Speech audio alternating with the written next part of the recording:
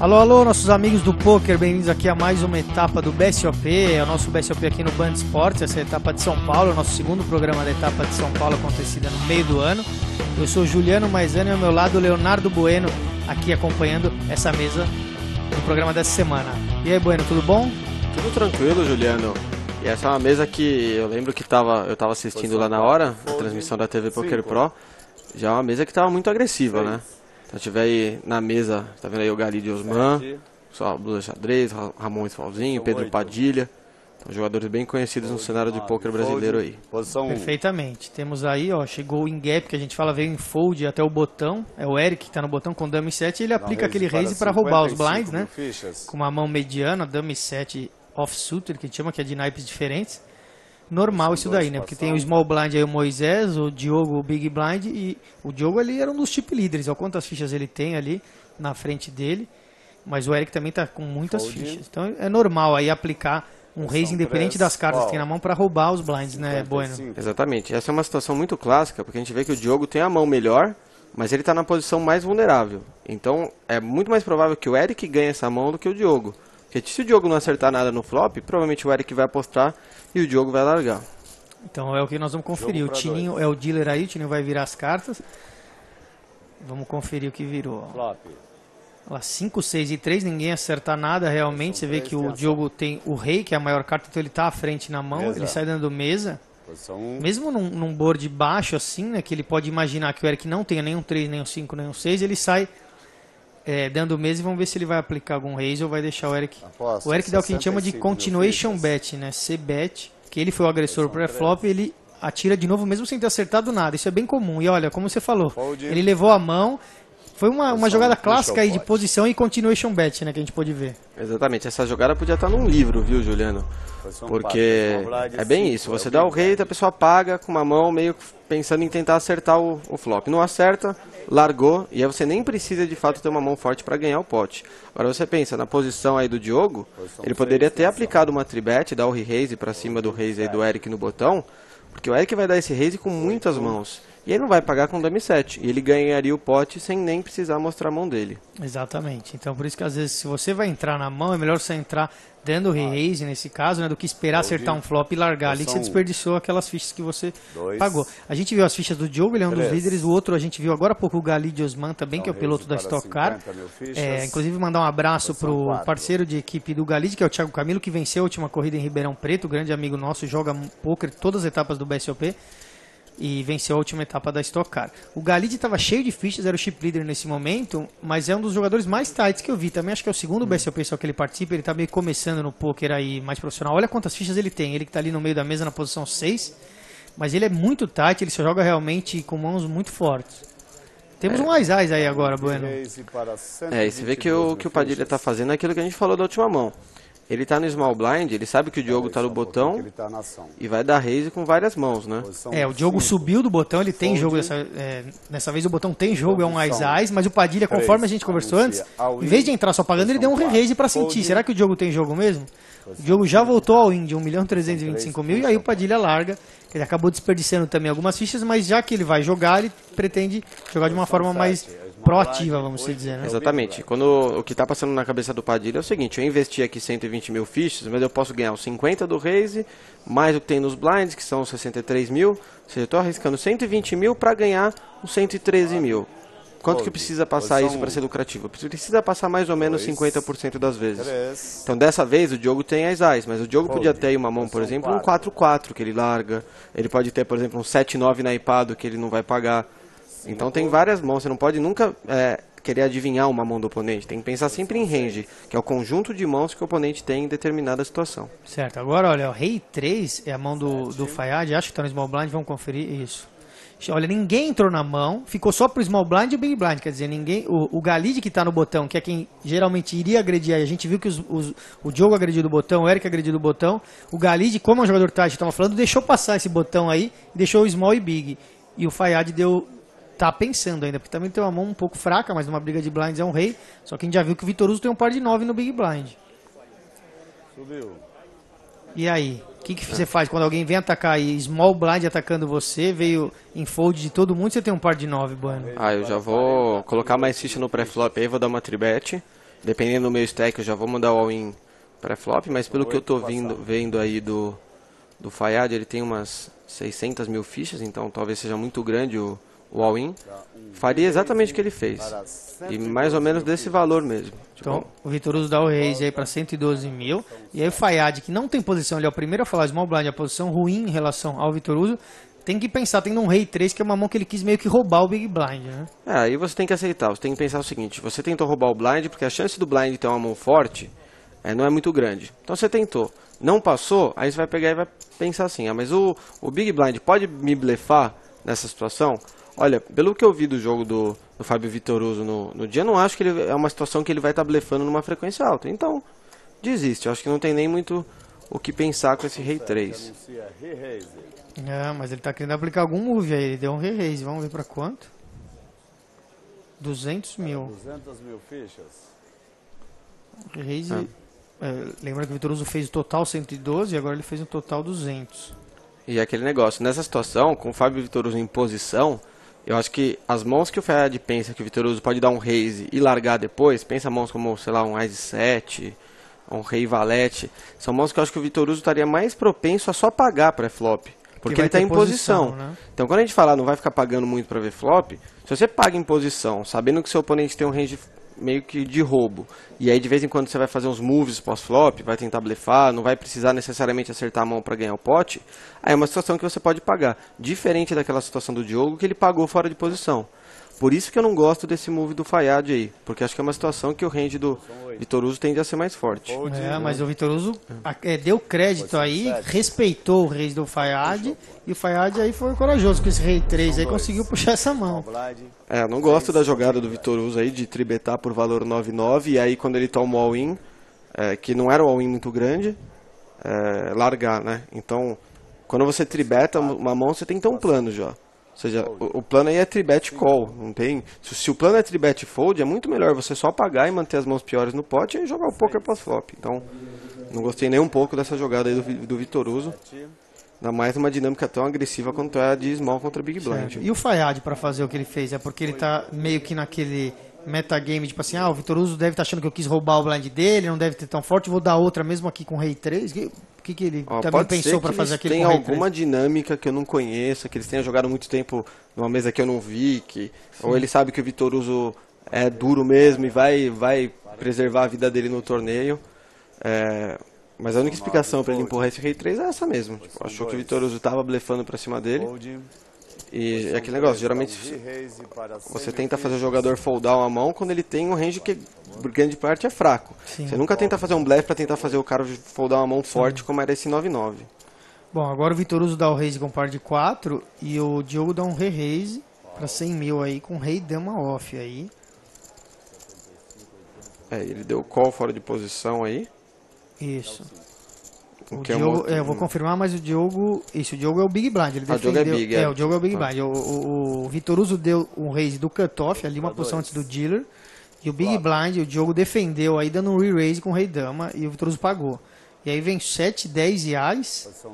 Quer dizer, duas cartas que podem assustar aí ambos os jogadores, né? Porque alguém pode ter esse Ás aí. E ele aposta 50 mil aí, que é uma aposta baixa, né? Tinha 236 no pote, ele põe 50 mil só. Aí o que o Diogo tem que pensar assim, qual é o range do Vitoruso para defender? Tem muitos desses pares médios e pares baixos que 50 mil vai pagar, porque é um preço muito bom. Agora, se ele aposta, por exemplo, 90, 100, já começa a ficar mais caro. Então, não gostei dessa aposta aí do Diogo, não. Só agora o pote está em 336, ele pagou, né? E o Diogo vai e aposta 50 mil de novo, quer dizer, uma aposta muito baixa, né? Seria, tipo assim, querendo dizer que ele está trincado de Ás já para querer induzir o jogador a vir pagando, né? Apesar de ter alguns draws aí de sequência, meio estranhos, mas tem. Essa é uma jogada que o problema de você fazer essa jogada num board que tem o Ás, é que o Ás é uma carta que está muito no range de defesa aí do Vitoruso. Então, tende a ser um blefe que não vai passar tanto assim. Mas investindo só 50, ele também não precisa passar tanto. O problema é que você facilita a vida do Vitoruso com essas apostas pequenas aí. O Vitoruso tem só 2 pares agora de Ás com 4 e ele estaria perdendo aí de um 7, de um 9, de um 10, de um qualquer outro par de 5, 6, 8, valete. Mas o Diogo tá apostando muito pouco, agora apostou 100 mil, entendeu? Um pote que já tem 530 agora. Quer dizer, E eu vou te falar, Juliana, pelo que eu... Assim, um pouco de experiência que eu tenho em situações live com jogadores assim, é um jogador do perfil do Diogo, com esse bet pequeno e um pouquinho maior do River, tende a ser a jogada que ele faz com uma mão grande. Com Ice, ele tem, por exemplo, um Ice Valete, um Ice Dama, ele vai jogar exatamente igual. Então o problema do Vitoruso pagar é que, beleza, ele ganhou desse Rei Dama que tá blefando dessa vez. Mas para cada Rei Dama que o Diogo tem aí, é muito mais provável que ele tenha lá o Ice Dama, o Ice Rei, Sim. E esteja jogando assim. Então é uma questão de ver os odds, porque ele tem que pagar aí 100 mil para ganhar. Ele poderia 500. Ter um par de 10 e tá assim, né? Só no slow play, vamos dizer, apostando pouco. Ou ele pode estar jogando até um par de 6 sem saber porque ele tá jogando assim, entendeu? Muitas vezes os jogadores cometem erros. E olha, o Vitoruso pensou aí, o Vitoruso pensou uns 5 minutos, na verdade, essa mão a gente deu uma editada, ele pensou muito tempo, mas acabou pagando, eu acho que pelo valor, ou desconfiando de alguma coisa. E, na verdade, tem King High aí, realmente par de Ás e Rei, enquanto que tem 2 pares o Vitoruso, mas realmente foi um call corajoso, tudo bem que o valor ajudou ele a dar esse call aí o tempo inteiro, mas foi um call, de certo modo, corajoso aí. E é um call que aumenta bastante a variância dele no torneio, viu, Juliano? A gente vai ver, agora a gente vai pro primeiro break e a gente vai ver a próxima etapa, é lá em Caldas Novas, em Goiás, na pousada do Rio Quente, no Rio Quente do Resort. A inscrição do BSOP, o evento principal, R$ 2.200, mas você pode conseguir a sua vaga de graça, né, pelo PokerStars.net. Depois do break a gente vai falar um pouco melhor para vocês como que vocês podem jogar os satélites pela internet e ganhar essa vaga aí de graça lá para a próxima etapa do BSOP. A gente volta já já, fique aqui com a gente no Band Esportes.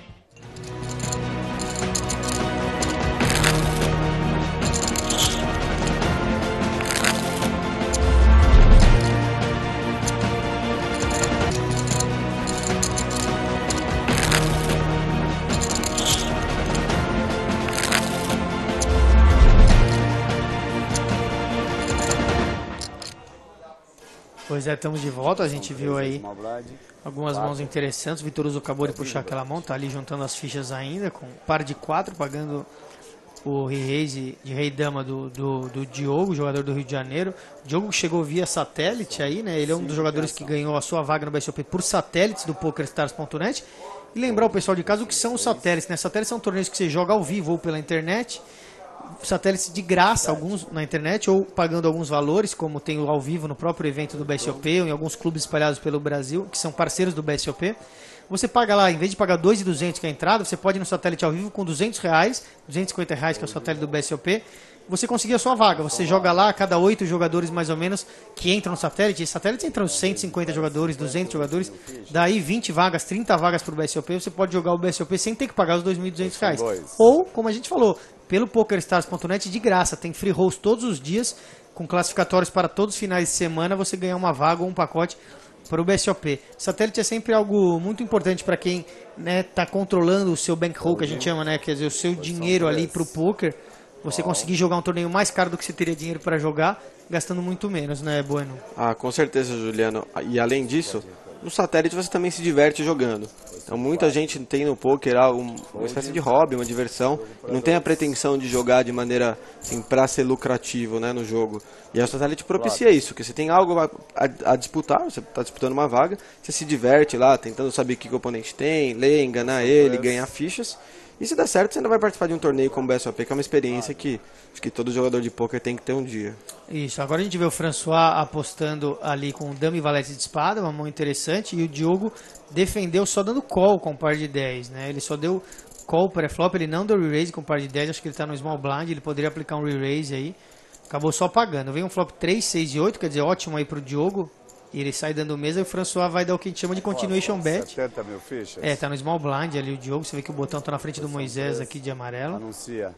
All-in. Olha, dá re-raise all-in, quer dizer, ele dá o que a gente chama de check raise all-in. E o François já larga na hora, né? Então o Diogo agora quis aplicar esse move do check raise all-in. E puxou esse pote não tão grande, mas puxou um pouco mais de fichas do François. Bueno. É, a mão até que normal. A única coisa que eu acho que o Diogo talvez poderia ter voltado pré-flop já. Mas tendo só pago, acho que eu jogaria da mesma maneira. O François não tem um stack muito grande, então quando a gente vê o all-in aí e vê 1 milhão de fichas, na verdade o all-in é o stack do François, que é o que a gente chama de stack efetivo, né? A gente, exato, toda vez que tá vendo uma mão, o stack que a gente tem que pensar é o stack do jogador com menos fichas. Porque se um jogador tem 1 milhão, outro tem 200 mil, não importa que você tem 1 milhão. São 200 mil fichas que podem ser ganhas ou perdidas naquela mão. Certo, o François acho que é o short stack aí da mesa, né? Depois a gente confere exatamente as fichas dele. A gente vê um raise agora do Diogo com Ás e 2 de ouros, e o Ramon tá no botão aí.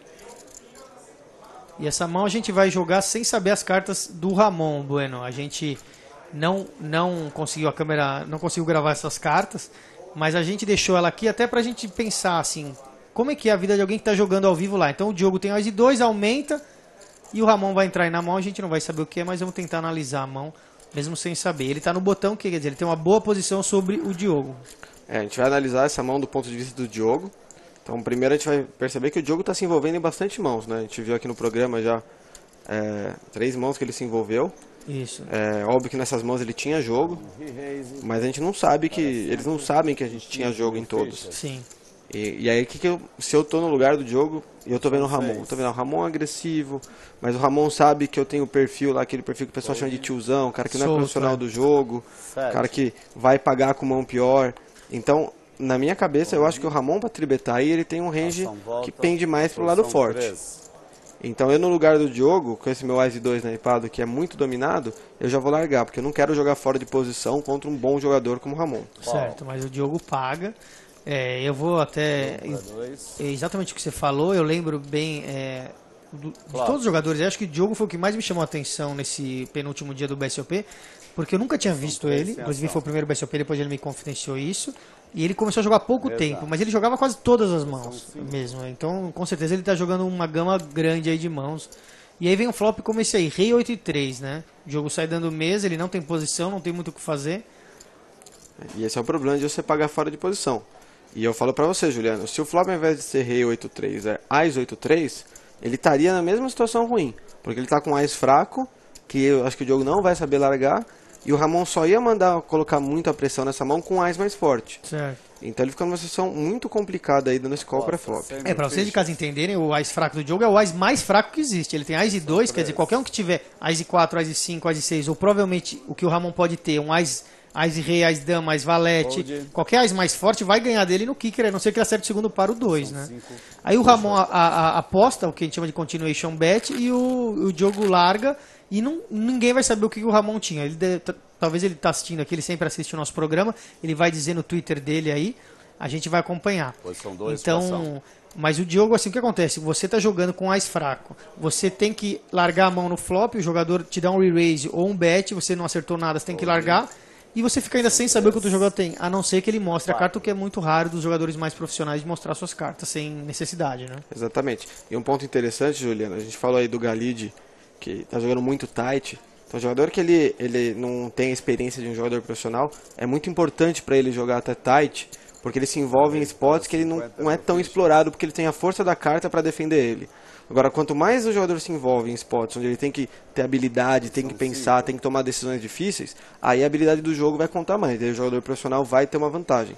Então, para um cara como o Galid Osman, cara, piloto da Stock Car, joga poker já tem um tempo, tem que ir jogando tight, conforme vai criando mais familiaridade com o poker, vai aprendendo mais, aí solta um pouco mais do jogo. Foi exatamente isso que ele fez em todo o torneio, vocês vão acompanhar. Aí o Galid só jogou com o jogo praticamente até o finalzinho, né? Depois ele soltou um pouco até usando essa imagem tight dele, mas é o que o Bueno falou. Se você está começando, procure ser mais tight do que o normal, entendeu? Porque você vai ganhar mais experiência durando mais no torneio, assistindo o jogo, ganhando experiência de jogo mesmo e de mesa, e evitar cometer erros contra jogadores mais fortes. A gente vê uma jogada um pouco padrão agora. O Padilha tem Ás e Rei, uma das melhores mãos possíveis, dá um raise. O Ramon, ambos aí, o Padilha e o Ramon, são os dois jogadores mais agressivos da mesa e mais experientes. O Ramon dá um raise com Ás e Dama, que é uma mão muito forte também. Deve acabar em all-in entre os dois aí, porque nenhum vai largar Ás e Rei nem Ás Dama pro outro, sabendo que os dois são bem agressivos, né, Bueno? Exatamente. O Padilha, a gente já viu uma mão que ele tribetou e foldou para um all-in do jogo, ou seja, mostrou que tribeta com mãos que não são necessariamente fortes. E eles se conhecem, os dois jogadores sabem da importância aí de roubar blind, é uma posição boa para roubo, porque é um gap que chegou no Padilha aí. Então eu acho que é bem normal a jogada dos dois aí. Anuncia. Ó, dá o raise all-in, tomou call na hora aí do Ramon com Ás e Dama. Showdown. E olha aí ó, o rosto ali do Ramon quando vê que é um Ás e Rei, né? Provavelmente ele tava na cabeça dele só rezando para não ser Ás e Rei, nem Ás, nem Rei, nem Dama. e achou Ás e Rei aí, sabe que tá aí em situação complicada, ele precisa acertar essa dama só, né? Porque o As não adianta nada. Então, uma situação que a gente chama de dominado, né? Porque os dois jogadores têm o As, só que um tem um kicker melhor do que o outro. Então, o outro jogador tem que buscar só a sua outra carta, porque o As não ajuda em nada. Você vê que ele tem cerca de 25%, né? Que a gente chama quase... Chega a 30% em alguns casos, mas nesse caso o naipe também tá dominado do As para dama ali do Ouros. Então o flop já vem 5, 6 e 9, dobra o 9, agora melhora um pouco pro Ramon, que pode dar um empate aí, né? Se dobrar outra carta, ele pode empatar. Não dobrou, né? Então o que eles fizeram? Par de 9, As de kicker e Rei de kicker. O Padilha ganha no segundo kicker aí do desempate. Se dobrasse mais uma carta, o flop mesmo, o board, traria 2 pares e a única carta de desempate seria o As, que eles empatariam. Porque o poker é um jogo de 5 cartas, né? Então você tem que combinar suas 2 cartas da mão com as 5 da mesa e fazer o melhor jogo possível de 5 cartas, usando 1, 2 ou até nenhuma carta da sua mão. Perfeitamente.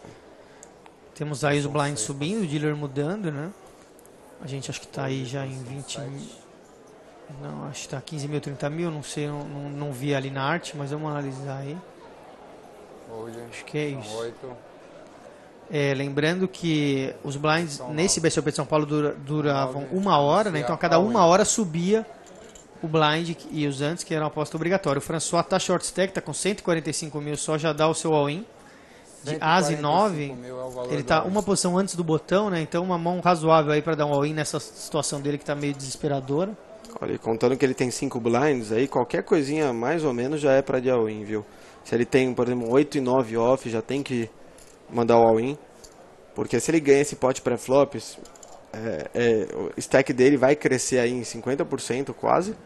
E se ele folda e o blind passa por ele, aí ele não tem chance de fazer ninguém foldar nada, né?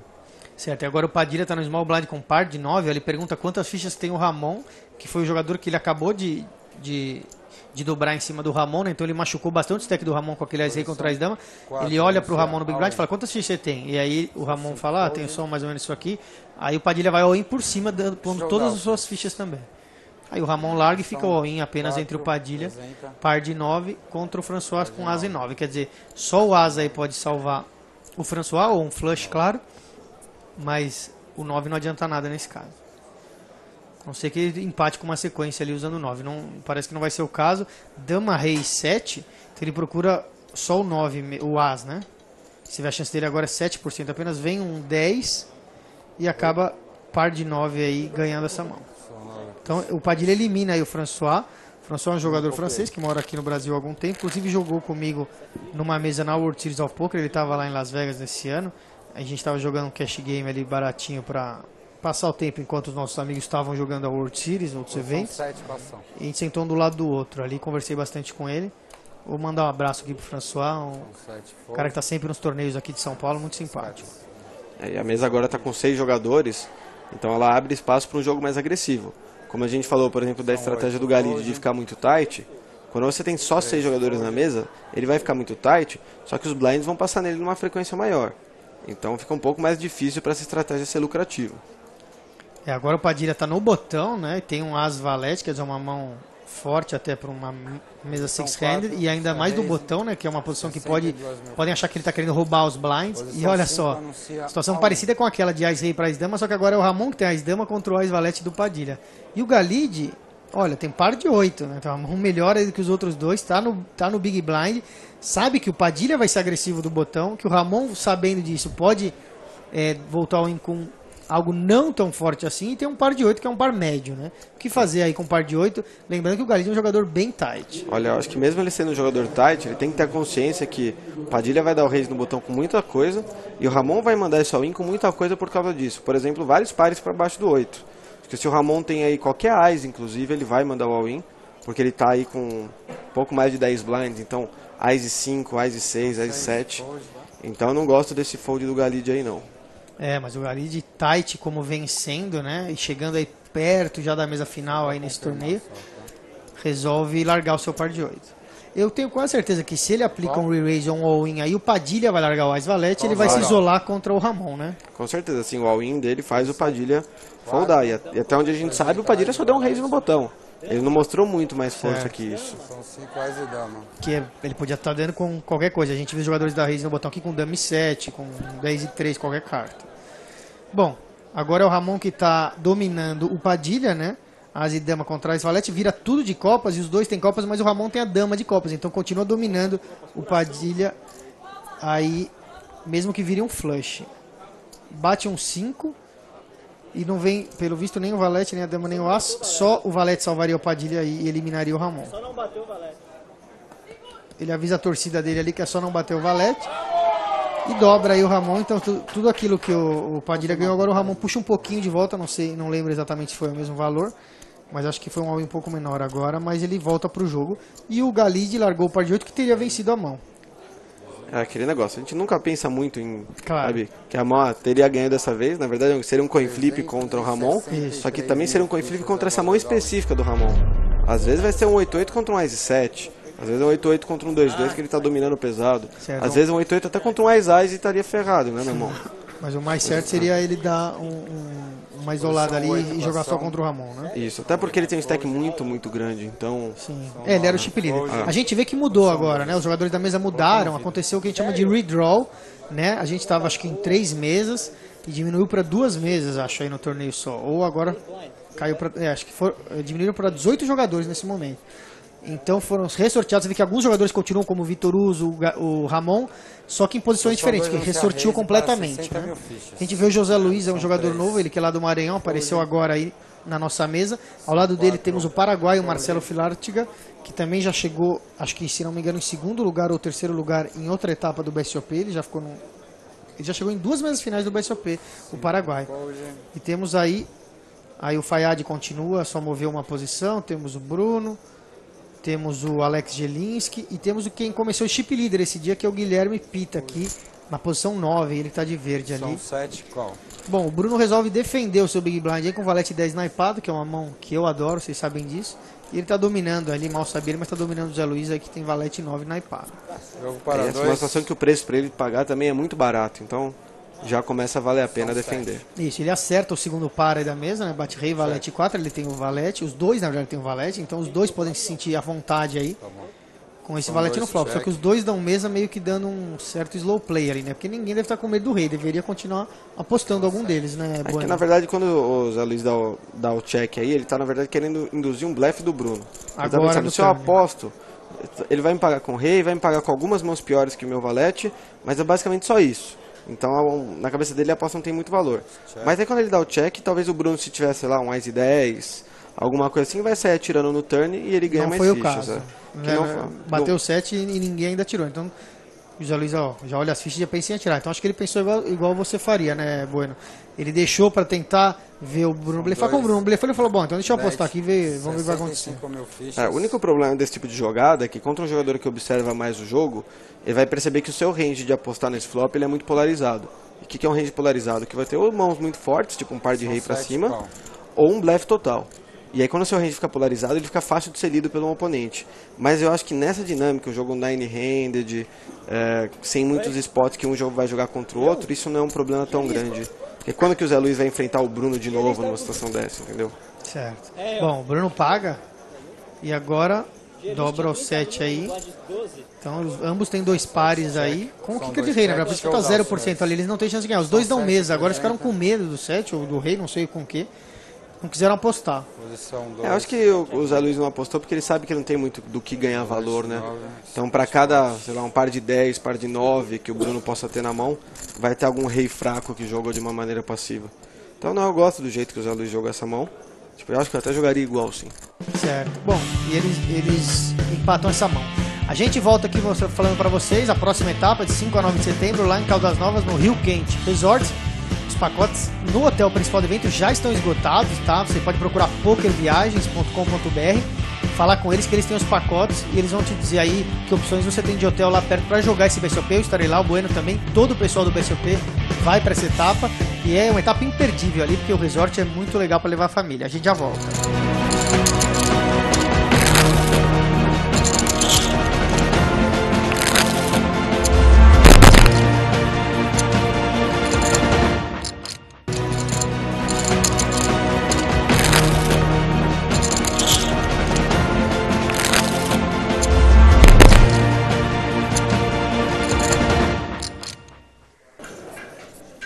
aí, estamos de volta. A gente tava os blinds 15 mil, 30 mil antes de 4 mil. Todo jogador é obrigado a pôr o 4 mil do ante. E aí o small blind põe 15 mil, big blind põe 30 mil, pode sair de 77 mil.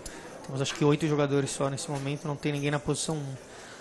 Bueno, aproveitar aqui enquanto eles estão começando essa mão, você está fazendo muitos coaches, né, que é aquela aula que você dá para o pessoal pela internet ou ao vivo, e eu vi aí muitos grupos, às vezes juntam os amigos, 4, 5, 6 amigos, já vi que você vai até viajar fora de São Paulo, alguns aqui na região de São Paulo mesmo te chamam, você passa lá algumas horas, ensina todo mundo.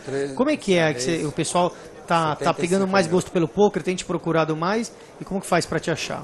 O que acontece, Juliana, é que o pessoal tem muita gente tem aquele home game entre os amigos, aquele torneio semanal e tal, e às vezes para pagar o coaching fica muito caro para o jogador em relação ao bankroll. E aí o que a gente faz é o seguinte, que é o que eu estou fazendo agora, tem até uma turma marcada para Uberlândia que eu vou esse mês, o pessoal junta aí uns 6 a 10 jogadores, aí fica um preço mais acessível e também fica um preço que compensa eu ir até lá e passar 1, 2 dias ensinando, fazer um curso mais intensivo, que quando acaba o jogador já tem uma boa noção e pode seguir bem aí no poker. Então quem tiver a fim de fazer um negócio desse, me procura no Twitter, @bueno09, lá tem o meu e-mail, aí você manda um e-mail e fala, Bueno, quero aqui fazer um esquema com o meu grupo e tal, como que faz, aí dependendo de onde for, o tempo que eu preciso gastar para ir até aí, a gente negocia um preço que seja bom para todo mundo. É isso aí, vale muito a pena, pessoal. Então é Twitter, o Twitter dele é @bueno09. Se você não tem Twitter, alguém aí, o seu parente ou um amigo seu tem Twitter, pede para entrar lá no bueno09, ver o e-mail dele, mandar alguma dúvida ali pelo Twitter mesmo. Aproveitar e falar do Twitter, o Twitter nosso aqui do BSOP é @BSOPoficial. O do Band Esportes já sabe, @Band Esportes TV.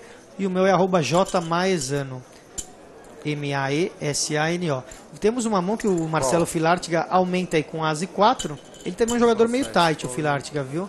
Mas está se movendo aí com o seu As 4 e o Fayad dá call. O Fayad está no botão, ele tem posição, ele dá um call com par de 2. Par de 2, par de 3, é sempre uma mão que os jogadores não sabem muito como jogar, né? Eles não sabem se pagam, se largam, se espera trincar. O que fazer com um par de 2 em posição ou quando não está em posição também, por exemplo? Olha, contra o jogador que você considera fraco e você tem um stack grande para trás, você até pode pagar para tentar acertar um flop e trincar, sabendo que algumas vezes o jogador vai jogar de uma maneira passiva e você vai conseguir chegar no showdown. O maior problema de você jogar mãos assim como par de 2, par de 3 é quando você joga contra jogadores agressivos. Porque aí você quase nunca vai trincar, e aí você vai ter que foldar todas as mãos. E quando você trinca, o jogador, por ser agressivo, ele não vai ter uma mão forte, numa frequência alta. Então você não vai conseguir ganhar muita coisa também. Então mesmo que você trinque, não vai valer a pena porque ele vai largar e você não vai ganhar nada. Você vai trincar com um par de 2 12% das vezes. Então isso significa que 88% das vezes você vai foldar num flop contra um jogador agressivo. Porque vai ser difícil pagar com um par de 2, certo? Então imagina o que você tem que ganhar para compensar essas 9 vezes que você vai foldar a mão, né? E olha, aí um exemplo, ó, o Filartiga deu mesa, o Fayad apostou 100 mil, o Filartiga voltou ao in. O Filartiga na verdade não tem nada, ele tem o A só. E ele tem uma chance de sequência se virar um 2, né? Ele tem As 3, 4 e 5. E ele voltou ao in, aí fica difícil pro Fayad pagar com um par de 2. Tudo bem que o board não parece ser muito interessante pro Filartiga, é um 3, um 5 e um 9, mas tem chance de sequência, tem chance de flush. O Filartiga pode ter um par qualquer acima de 2, né? Sim. E aí como que você vai pagar agora um all-in grande com um par de 2, né? Sem falar que o par de 2 aí, mesmo que o Filartiga tivesse uma mão como Wise Rei, que não acertou absolutamente nada, o Wise Rei ainda vai ter aí seus 25... 28% mais ou menos de ganhar mal. Estou aqui chutando de cabeça, mas eu acho que é mais ou menos isso. Sim. Ou seja, na melhor das hipóteses, você não está dominando muito forte seu oponente, né? O board pode dobrar 2 cartas, pode acertar o Ás, o Rei, o Ás, o 4, a sequência aí, pode acontecer de tudo. O par de 2 é muito vulnerável, né? Exatamente. Eu prefiro até, você ter um par de 2, dependendo do stack, você já empurra tudo para flop, já manda o all-in, porque aí sim, você está numa situação que às vezes, se você for pago, você está num coin flip ainda. Se você não for pago, você vai ganhar bastante ficha no pré-flop. Mas em geral, folda mesmo e não entra em confusão com o par baixo nessa altura do torneio. Então vamos seguir aí o jogo. O Filartiga puxou aquela mão. Estava apenas com As e 4, chance de fazer uma sequência, mas não tinha nada. E agora parece que a ação chegou nele. Vamos ver. Não, já passou para o Ramon, né? O small blind ali é o Guilherme. Big blind o Zé Luiz e o Ramon pensa um pouco larga. Posição 5. Vitor Uso agora analisando suas cartas. Essa etapa do BSOP, né? Ficou aí em torno dos 1000 jogadores, uma das maiores etapas aí da história do BSOP, né? Excetuando-se os BSOP Millions, BSOP especial de fim de ano, que chegou a 1400 jogadores. E esse ano o BSOP Million, que vai ser no final do ano, em novembro, em São Paulo, promete aí, talvez, bater o recorde aí dos 1.400 e alguns jogadores, chegando perto até dos 2.000 jogadores, né? É o que o PokerStars aí tá abrindo, vai preparar e abrir os seus satélites online com muita força depois da 7ª etapa. O Full Tilt Poker é um novo apoiador também, tá fazendo satélites online, tá tendo o apoio do Band Sports, um apoio grande do Band Sports, da Copag e da Sky, novo apoiador também. Então o BSOP aí crescendo para quem sabe no fim do ano, na última etapa desse ano, chegar a 2.000 jogadores ou até mais. Eu vou te falar, Juliano, que o que deve premiar o BSOP Million, eu vou jogar o BSOP Million, já vou falar lá com a nossa Josiane Zani, já vou avisar que um dos dias aí eu vou jogar, um dos dias vão ter vários dias uns, né? Primeiro prêmio tende a passar de 500 mil reais, né? Eu acho que com certeza, porque no último Million já foi mais ou menos isso, né? Foi 500 mil redondo, agora deve chegar a 600 mil. Eu acho que, se eu tivesse que chutar, eu acho que vai dar uns 700, porque não tinha reentrada no último. É verdade. Então acho que vai dar uns 700, 600, 750. Até eu quero jogar agora. Eu vou jogar, Juliano, tô falando. Então quem quiser, vai se preparando, vai estudando, tem várias fontes aí de ensino na internet, dá uma procurada, que vale a pena assim estar preparado para esse BSOP Million, porque se dá uma ventadinha pro seu lado lá, imagina, ganhar quase R$1 milhão. Olha agora uma mão, o Gelinski subiu do botão com par de 6 e José Luiz defendeu do Big Blind. Ele tem muita ficha, os dois têm muita ficha, com 10 valete, ele já acerta aí 10, 5 e dama, ele acerta o par de 10, já está à frente do Gelinski, que aposta aí. O Gelinski é um jogador muito experiente, né? Joga muito online, praticamente um jogador profissional, já vive do poker, joga online, já tem alguns títulos aí ao vivo, mesas finais também. Jogador muito experiente. Ele faz uma aposta aí, mas aí é uma situação que eu acho que eu já prefiro o check algumas vezes, porque é um board que conectou muito. E tudo bem que foi só um call do Big Blind do Zé Luiz, mas tem muita coisa que a gente está na frente que vai pagar a gente, só que a gente não vai conseguir chegar no showdown. Por exemplo, imagina que o Zé Luiz tem valete rei. Aí ele vai, o Gelinski vai apostar, aí o turn vai ser check-check, aí o River, o Zé Luiz blefa o valete rei que não... Como que você vai pagar no River com esse 6-6, né? Agora, se você dá o check, eu acho que o Zé Luiz vai apostar como um blefe no turn de uma frequência mais alta, você paga o turn e aí ele não vai blefar no River. Então, você põe a mão num caminho que é mais interessante para você. Esse rei aí é uma das piores cartas, porque ele forma o flush de copas, é uma carta que o jogador podia estar quase rei valete, como você falou. 9 valete já teria seguido, quer dizer, o rei de copas ali é uma carta muito ruim no River também, né? É uma carta que pro Gelinski, esse é o momento que já tem que aceitar que você perdeu essa mão, que assim, do que você tá ganhando aí? Mas o José Luiz, ele só pagou no flop e ele deu check no turn e check no River, tendo a trinca de 10, né? Eu acho que ele ficou com medo desse rei também, porque esse rei talvez pra ele tenha sido ruim, mas ele que já tá trincado de 10, tá jogando até muito passivamente. Olha, eu acho que medo não foi, eu acho que foi pra, sabe, ele sabe que com esse check do turn do Gelinski, dificilmente o Gelinski tem alguma coisa, então acho que foi, sabe, deixa eu deixar o Gelinski blefar aí, que aí eu ganho mais um pouco de fichas. Aquele negócio, quando o Zé Luiz sai apostando aí, ele extrai do quê? De um rei, e se o Gelinski tem um rei, o Gelinski vai apostar, então dá na mesma.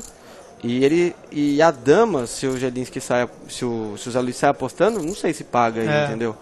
Então, acaba que vale a pena você extrair dos blefs e dos reis aí. Agora, se bem que pelo tanto que ele tá pensando, é capaz mesmo que tenha sido medo. Porque parece que ele tá pensando, não sei se ele tá pensando em aumentar, acho que não, ele, no máximo só pagar, né? Acho que ele não deve estar pensando em aumentar, ele não. Ficou com muita cautela aí. Não, então é isso mesmo, Juliano, a gente vendo aí que ele demorou pra dar o call. Essa é uma situação que eu tô trincado no 10 aí. Não vou achar que o jogador acertou um flush no turn. Porque muito das mãos que são flush draw no turn vão mandar outra. E o bet de 129 mil, com pote já de 450 mil, quer dizer, tem que pagar. Mesmo se estiver perdendo, paciência. 130 mil que você vai perder. Sim, com certeza. Posição 8, apresenta. O Gelinski, por um lado, também acho que apostou até se sentindo bem, até, porque ele, como dobrou o 10, ele não deve ter dado nem a dama nem o 10 ali pro Zé Luiz, que jogou bem passivamente, só pagando. Não, eu acho que aí o que ele fez foi tentar fazer o Zé Luiz foldar uma dama. Entendi. Entendeu? Porque assim, ele sabe que o 10 o Zé Luiz não vai foldar. Se ele tem um rei valete que acertou um rei difícil que ele folde também. E ele tem que, na cabeça do Gelinski, o Gelinski investiu aí 100 e poucas mil pra ganhar 300 mil que tinha no pote, mais ou menos. 7 small, 8 então é um blefe que é até barato aí. Sim, agora os blinds subiram para 20 mil, 40 mil, você vê que o dealer mudou, agora a dealer é a Kika, né? A cada mudança aí de blinds o dealer também muda, eles vão para outras mesas no salão. O salão do BSOP tem aí cerca de 60 mesas, né, os 2 salões, e vários torneios acontecendo, além do torneio principal. Então os dealers vão se revezando entre as mesas aí, para não ficar só o mesmo dealer o tempo inteiro com os jogadores. Aí o Guilherme Pita, que começou esse dia como chip leader, aplica aí o seu raise com As e 8, e o Filartica com par de dama, né? Mão das mais fortes aí, da só call. Posição 4. Um pouco estranho, né? O jogador da só call aí com par de dama. Parece que tem alguém com par de 4 aí no meio do caminho. Vamos ver quem é. 5. É o Vitoruso ali, ó.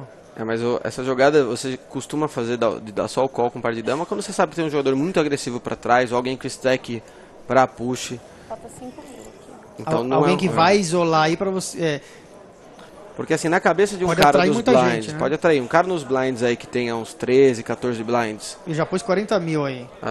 O cara vai pegar e vai ver, olha, deixa eu empurrar tudo, porque se passar contra os dois eu ganho um pote grande, entendeu? Então, é uma jogada que até às vezes vale a pena. E muitas vezes, se você tá com a imagem muito dura na mesa, e você tribeta o seu dama-dama, todo mundo vai largar. Então você tem que ter consciência de como a mesa te enxerga para ir fazer a sua melhor jogada. O small blind era o Bruno, que tem muita ficha, o Gelinski também muita ficha no big blind, e paga com rei-dama, né? E vamos pro jogo, quer dizer, o Filartica aí podia ter atraído o small, o big, até o Vitoruso que tinha par de 4 ali pensou em dar uma isolada, mas acabou largando. E vem aí 8, 3 e rei, e o Gelinski acerta o rei, quer dizer, o Filartica aí acaba sendo um pouco punido aí por não ter aumentado e atrair o rei-dama, que não iria entrar provavelmente na mão se viesse mais um raise, né? Com certeza. E o Guilherme acerta o 8, interessante isso também, quer dizer, todo jogador tá um pouco feliz com esse flop aí.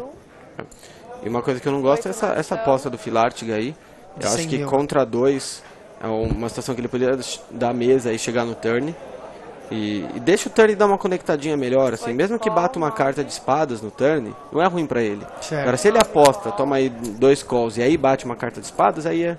Agora eu vou te falar a verdade, aí o Gelinski paga ali, ele tem rei-dama normal, e agora vem outro rei, que ele deve estar assistindo muito bem, né? Agora, eu não entendo muito bem o qual do Guilherme com As e 8. Eu tenho um jogador apostando, o outro já pagando, ele com As e 8 só pagar, é normal? Não é não, viu? Eu não gosto do call do Guilherme. Na melhor das hipóteses pra ele, assim, o Filartica tá blefando e o Gelinski pagou com flash draw. Tipo, sim, mas é a única hipótese que é... Olha só o River, que desastre pro Filartica. E só tem uma dama pra sair no jogo, porque as 3 damas estão na mão dos jogadores. Vem a última dama dando full pro Gelinski de rei com dama e de dama com rei pro Filartica, perdendo essa mão. E o Guilherme pensando ainda em apostar aí com As e 8. E aí, hein? Não, muito complicada essa situação. Acho que o Gelinski, na verdade, que é blind, que tá pensando aí em quanto que ele aposta. É verdade. Deve estar contando quanto que tem no pote. Isso. Tá pensando aí, beleza, os draws não acertaram, mas o Filartica aposta flop da check nesse turn? Então pode ser um rei também. É que as cartas estavam na frente ali, eu achei que o Gelinski tinha dado mesa. Mas então ele aposta 190 mil, que é uma aposta baixa aí, um pote que agora está com 830 mil, meio que atraindo alguma jogada de alguém. E agora o Guilherme é o próximo a falar. Mesmo assim, ele está pensando um pouco aí com o seu As e 8. Eu acho que é uma situação bem clara de fold, não teria nem pago no flop. Então muitas vezes o jogador, ele põe o negócio na cabecinha, eu nunca vou tomar uma decisão rápida, para não cometer o erro de tomar uma decisão rápida num momento difícil. Mas tem algumas decisões que, como esse As e 8, eu acho que não tem muito o que pensar. Com outro jogador para falar depois, né? Não, quando o jogador aposta contra 2, realmente é complicado. Certo, e o Filartica agora, hein? All-in, on-raise, uma situação complicada. Assim, é a situação que se o Filartica não perder tudo que ele tem aí, é porque ele jogou a mão errado. Então é uma situação de dar raise, e aí o Gelinski manda tudo, dificilmente vou conseguir largar aí. Até porque o Gelinski pode ter aí, por exemplo, um 8-8, 3-3. Sim. Olha, ele pegou ali, ele não falou nada. 200, é só call? Queria dobrar. Olha, ele falou que quer dobrar, ele quer aumentar. Call. Ele pôs o valor errado, ele quis fazer 400 mil, só que ele pôs 250, acho, sei lá. E aí ela não permitiu que ele fizesse o raise porque era contra a regra. Então ele acabou dando sorte por errar na aposta. Saiu muito barato pra ele. Ele falou assim, eu queria dobrar, mas ela falou, não, mas você pôs as fichas erradas, você não falou nada, você só vai pagar. Aí o Gelinski falou, mas ele queria aumentar, deixa ele aumentar, né? Essa mão, quando aconteceu, a cara do Gelinski aí. Se eu tô no lugar do Gelinski, eu vou ficar tão irritado com essa mão. Isso é pior que você perder um As com alguma mão. Porque o As, o jogador ainda tem lá os seus 20, seus 15% de chance de ganhar. Porque ele ia fazer um mini raise aí de uns 400 mil, o Gelinski voltou ao win, por exemplo, ou mais um raise. E o Filart que acho que não ia largar, né? Não ia largar nunca um Fu aí no River, mas nunca. Essa era uma jogada que o Zielinski ganha todas as fichas. E a gente fica por aqui hoje. É a última jogada, a gente vê ali as imagens da cidade de São Paulo, onde ocorreu essa etapa. A gente volta aqui na terça que vem, eu e o Bueno, com mais um episódio aqui do BSOP de São Paulo, diretamente. Você confere aí o www.pokerstars.net, que é o site do PokerStars, para você baixar o software, jogar o satélite do BSOP, aprender mais sobre poker, tem ali um monte de dica e um monte de tipo de torneio legal para vocês. Obrigado, Bueno, a gente volta semana que vem. Até lá.